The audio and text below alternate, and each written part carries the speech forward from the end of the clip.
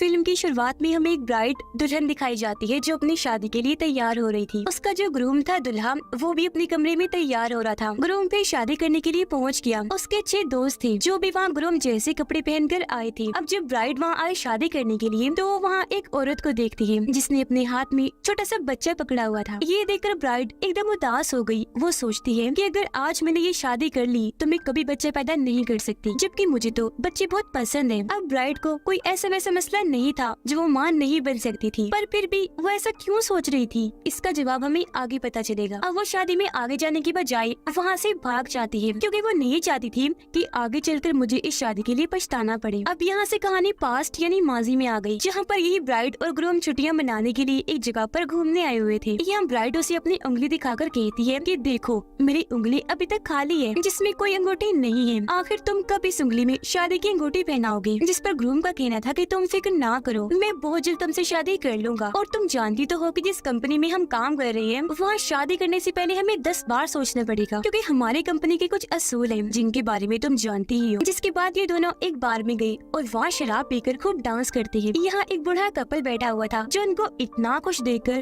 खुद भी काफी खुश हो जाते हैं। अब बूढ़े कपल में से हस्बैंड कहते हैं कि जब हमारी शादी हुई थी हम भी बिल्कुल इसी तरह खुश और पुरजोश थे। अब ब्राइड और ग्रूम कहते हैं कि अभी हमारी शादी हुई नहीं है, हम तो सिर्फ छुट्टियां मनाने आए हैं ताकि एक साथ वक्त गुजार सके। जिस पर बूढ़ा कपल कहते हैं कि कोई बात नहीं, तुम्हारी भी हो जाएगी शादी, क्योंकि शादी बहुत ही खूबसूरत रिश्ता है। हमारी शादी को 20 साल हो गए हैं। ये 20 साल हमने बहुत अच्छे गुजारे और आज तक हम एक दूसरे से उतना ही प्यार करते हैं। प्रेजेंट टाइम मौजूदा वक्त में ब्राइड अपनी शादी से जब भाग गई थी, जहाँ तभी उसके पास ग्रूम कॉल करता है और कहता है कि प्लीज वापस आ जाओ। ब्राइड जवाब देती है कि नहीं, मैंने अपना जहन बना लिया है कि अब मुझे शादी नहीं करनी और मैंने प्लान भी बना लिया है यहाँ से निकलने का। ग्रूम कहते हैं कि तुम अच्छे से जानती हो कि कंपनी वाले तुम्हें इतनी आसानी से जाने नहीं देंगे, वो तुम्हें नुकसान भी पहुँचा सकते हैं। मुझे तुम्हारी फिक्र हो रही है। ब्राइड गुस्से से जवाब देती है कि तुम्हें मेरी फिक्र करने की कोई जरूरत नहीं है। ओके, मैं अपना ख्याल खुद रखना जानती हूँ। इतना कहकर उसने फोन काट दिया और वो अपने डैड के घर आ जाती है जो जंगल के बीचों बीच था। यहाँ उसके डैड रहा नहीं करते थे बल्कि अक्सर छुट्टियाँ मनाने यहाँ आया करते थे। अब ब्राइड अंदर जाकर सभी खिड़कियाँ दरवाजे अच्छे से बंद कर लेती है और अपने डैड की तस्वीर देखकर उन्हें याद करने लगी और रो रो कर कहती है कि डैड आप सही कहा करते थे कि मुझे इस लाइन पर चलना ही नहीं चाहिए क्योंकि ये बहुत गलत है। मुझसे बहुत बड़ी गलती हो गई आपकी बात ना मानकर, जिसका मुझे आज बहुत पछतावा हो रहा है। असल में ब्राइड, ग्रूम और इनके जितने भी दोस्त थे ये सारे एक खुफिया कंपनी के लिए काम करते थे, जो कंपनी गैंगस्टर्स, खतरनाक लोगों की थी, जिस वजह से सभी लोगों को मारा करते थे, वो भी बेरहमी से, सिर्फ पैसों की लालच में। अब ब्राइड और ग्रूम ने बाद में शादी करने का फैसला किया। अब कंपनी के असूल के मुताबिक ये लोग शादी तो कर सकते हैं, लेकिन इन्हें फिर भी इस कंपनी के लिए ही काम करना पड़ेगा। बस ये शादी कर सकते हैं, इससे ज्यादा और कुछ नहीं। अगर कोई शादी कर भी ले तो वो बच्चा पैदा नहीं कर सकता, लेकिन अगर किसी का बच्चा हो गया तो ये असूल के खिलाफ हो जाएगा और कंपनी की असूल तोड़ने पर सजा मिलेगी। इसलिए ब्राइड इस शादी से भाग गई ताकि वो इन सबसे निकल सके। असल में ये खतरनाक दुनिया थी ही ऐसी जिससे मुश्किल कोई बाहर निकल सकता था। इसी वजह से तो ग्रूम उसे वापस बुला रहा था, पर वो ठान चुकी थी कि मैं कभी वापस नहीं जाऊंगी चाहे कुछ भी हो जाए। फिर अपना मूड ठीक करने के लिए वो गाना लगाती है और शराब पीकर डांस करने लगी क्योंकि अब वो अपनी आजाद जिंदगी गुजारना चाहती थी। अब ग्रूम को शक हुआ कि ब्राइड अपने डैड के उसे घर में गई होगी, इसलिए उसने अपने दोस्तों को भी वहाँ भेज दिया जो बाहर आ गए थे ताकि वो उसकी ब्राइड को ला सके। अब ये 6 के 6 दोस्त गाड़ी से उतरे और वहाँ ब्राइड की गाड़ी खड़ी देखकर उन्हें कंफर्म हो गया कि वो यही आई है। अब ग्रूम का सबसे करीबी दोस्त जो उनका बेस्ट मैन था वो ग्रूम को कॉल करके बताता है कि दोस्त तुमने सही अंदाजा लगाया था, तुम्हारी ब्राइड यही है जिसे हम जल्दी पकड़ के लाने वाले हैं। ग्रूम कहते हैं कि मैं उसे बहुत प्यार करता हूँ तो उसे समझाकर आराम से लाना, लड़ाई न करना ताकि उसे कोई चोट ना पहुँच जाए। पर बेस्ट मैन जानता था कि वो लड़की इतनी स्ट्रॉन्ग ताकतवर है कि वो लड़े बिना नहीं आएगी, इसलिए वो अपने दोस्तों को कहता है कि जल्दी से तलाशी शुरू कर दो, फिर चाहे इसके लिए तुम्हें कुछ भी करना पड़े। अब जब ये सारे मेन दरवाजे पर आए तो इन्हें पता चला कि सभी खिड़कियाँ और दरवाजे बंद हैं। हालांकि इन्होंने दरवाजे तोड़ने की कोशिश भी की लेकिन वो नहीं टूटे, इसलिए बेस्टमैन उन्हें अलग अलग करके तलाशी लेने का कहता है कि चारों तरफ से घर को घेर लो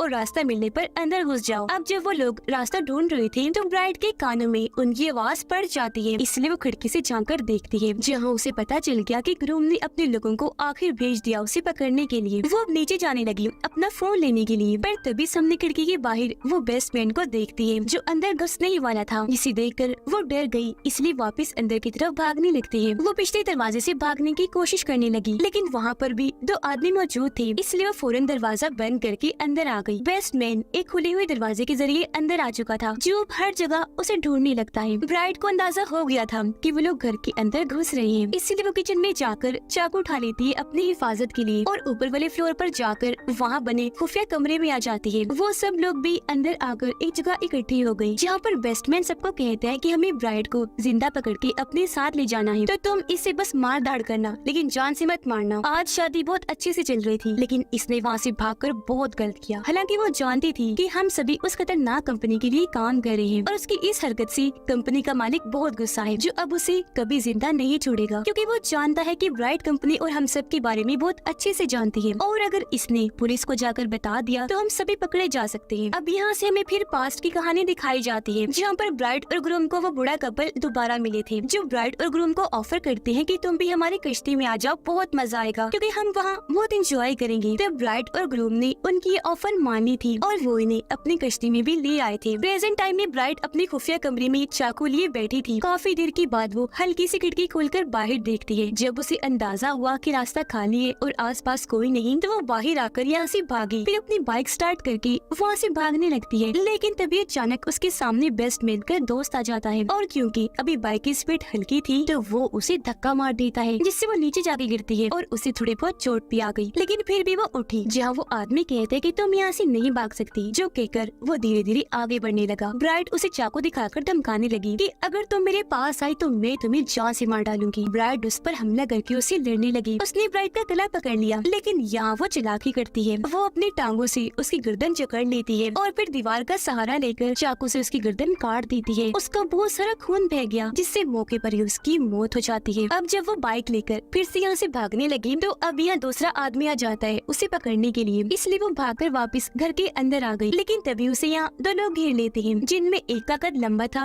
और एक था बोना, जिसका कद काफी छोटा था। अब लंबा आदमी उसे मारकर नीचे गिरा देता है और फिर उसे बहुत पीटने लगता है, लेकिन वो हार नहीं मानती। इस तरह उसे चकमा देकर वो उठी और शावल बेलचे से उस पर वार करके इतना मारती है कि उसकी जान ही ले लेती है। अब ये देखकर बोना आदमी काफी गुस्से में आ गया, कहता है कि मैं तुम्हें नहीं छोड़ूंगा। वो चैनसो उठाता है जो ब्लेड वाला हथियार था और उसकी रस्सी खींचकर उसे चलाने की कोशिश करता है, लेकिन वो स्टार्ट ही नहीं हो रहा था। ये देखकर ब्राइट उठी और उसे जोरदार टांग मारती है, जिससे वो काफी दूर जाके गिरता है और मौके पर ही वो बेहोश हो गया। अब जब ब्राइट वहाँ से भागने लगी तो बेस्टमैन उसे देख लेता है। वो उसे देखकर हंसने लगा, इसलिए वो अपनी जान बचाकर वहाँ से फिर वापस अंदर ही भाग जाती है। वो अब ऊपर वाले कमरे में आ गई, जहाँ आकर उसने खुद को लॉक कर लिया था और हाथ में वो गोल्ड स्टिक लेकर बैठ जाती है हिफाजत के तौर पर। बेस्टमैन अपने बचे हुए साथियों को कहता है कि ब्राइट ऊपर छुपी हुई है और अब मैं उसे पकड़ने जाऊंगा, तुम लोग नहीं, क्योंकि हमारे पहले ही दो साथियों को उसने मार दिया है। अब पास्ट में हमने देखा कि जब ब्राइट और ग्रूम बूढ़े कपल की कश्ती में आई थी तो वहाँ सच में काफी इंजॉय करते हैं। यहाँ बूढ़ा कपल फिर से कहते हैं कि हमने अपने 20 साल बहुत अच्छे गुजारे, जो कहकर उनमें से हस्बैंड कहानी सुनाने लगा। पर हम किसी डॉल्फिन की तरह है पानी में, जहाँ पर शार्क्स भी हैं, जो हालांकि डॉल्फिन को एक ही बार से मार दे, पर डॉल्फिन भी इतने होशियार तो है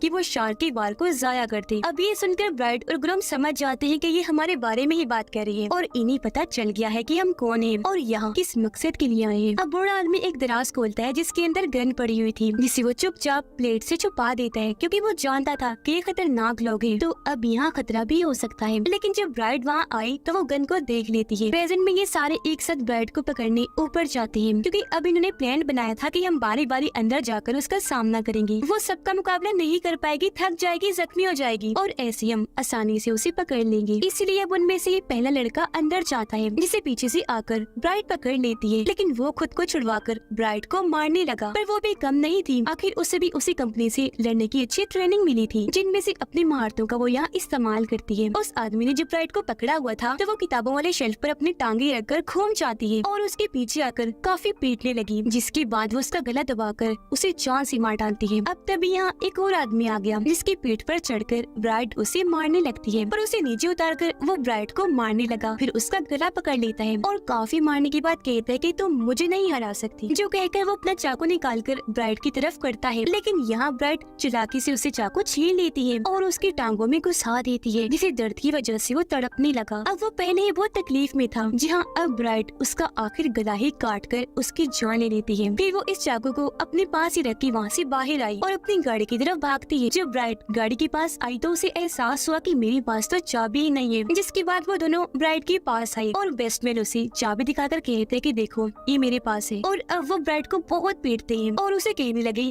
कि अब तुम्हें हमारे साथ जाना ही होगा। बेस्टमैन अपने साथी को कहता है कि इसे मार मार कर इसका बुरा हाल कर दो, जो कहकर वो खुद घर के अंदर जाने लगा ताकि जश्न मना सके कि हमने ब्राइड को पकड़ लिया और हम इस मिशन में कामयाब रहे। अब बेस्टमैन का दोस्त ब्राइड को कहता है कि तुम मुझे बहुत पसंद थी, लेकिन मैं उस कंपनी के खिलाफ नहीं जा सकता। उसने अपने पास चाकू छुपाया हुआ था जिसे वो एकदम उसकी आंखों में घुसा देती है। वो दर्द की वजह से तड़पने लगा और ऐसे तड़प तड़प के उसकी मौत हो जाती है। अब मरती मरती ब्राइड ने उसे कहा कि तुम्हें क्या लगता है कि गाड़ी लेकर मैं यहाँ से जा रही थी? नहीं, बल्कि मैं तो एक्टिंग कर रही थी ताकि तुम्हें अपने जाल में फंसाकर मार सकूं। अब बेस्टमैन जब बाहर आया चेक करने के क्या बना, तो वो अपने साथी की लाश देखकर काफी हैरान रह गया और तभी पीछे से ब्राइड आकर उसे पकड़ लेती है और उसकी गर्दन पर चाकू रख देती है। वो कहता है कि हमने तो तुम्हें अपना दोस्त माना था, तो फिर तुम क्यों हमें मार रही हो? ब्राइड कहती है कि हम सब कंपनी के लिए काम करते हैं, ओके? तो यहाँ कोई भी किसी का दोस्त नहीं है और अब तुम ग्रूम को कॉल करो और उसे ये झूठ बोलो कि मैं मर गई हूँ। उसकी धमकी से बेस्टमैन काफी डर गया और वो फोन करके ग्रूम को झूठ बोल देता है कि ब्राइड मारी गई, और उसे यकीन नहीं आ रहा था क्योंकि वो जानता था कि मेरी ब्राइड इतनी स्ट्रॉन्ग और होशियार है कि वो इतनी आसानी से तो नहीं मर सकती। जिसके बाद ब्राइड बेस्टमैन का गला एक ही झटके में काट देती है, जिससे उसकी भी बड़ी बेरहमी से मौत हो जाती है। अब तभी यहाँ बोना आया और उसे कहते हैं कि मैं अभी जिंदा हूँ, तो तुम यहाँ से बचकर कहीं नहीं जा सकती। अब ये सुनकर ब्राइड को उस पर गुस्सा आ गया और वो आगे बढ़कर उस पर हमला कर देती है, उसे बहुत मारती है, जिससे एक बार फिर वो बेहोश हो गया। लेकिन जब उसे होश आई तो वो खुद को बंधा हुआ पाता है और उसके सामने थी ब्राइड, जो चैनसो को बस स्टार्ट करने ही वाली थी। पर उसका मजाक बनाते हुए बोना कहते हैं कि ये तो काम ही नहीं करता बच्चों, तो तुम मुझे नहीं मार सकती। ब्राइड भी उसकी बात का बड़े अच्छे से जवाब देती है, कहने लगी कि वो दरअसल चैनसो में गैस खत्म हो गई थी, लेकिन अब मैंने इसमें गैस भर ली है। ये कहते वो चैनसो को स्टार्ट करने लगी और आखिरकार वो स्टार्ट हो भी जाता है, जिससे वो काफी डर गया और ब्राइड से जान की भीख मांगने लगता है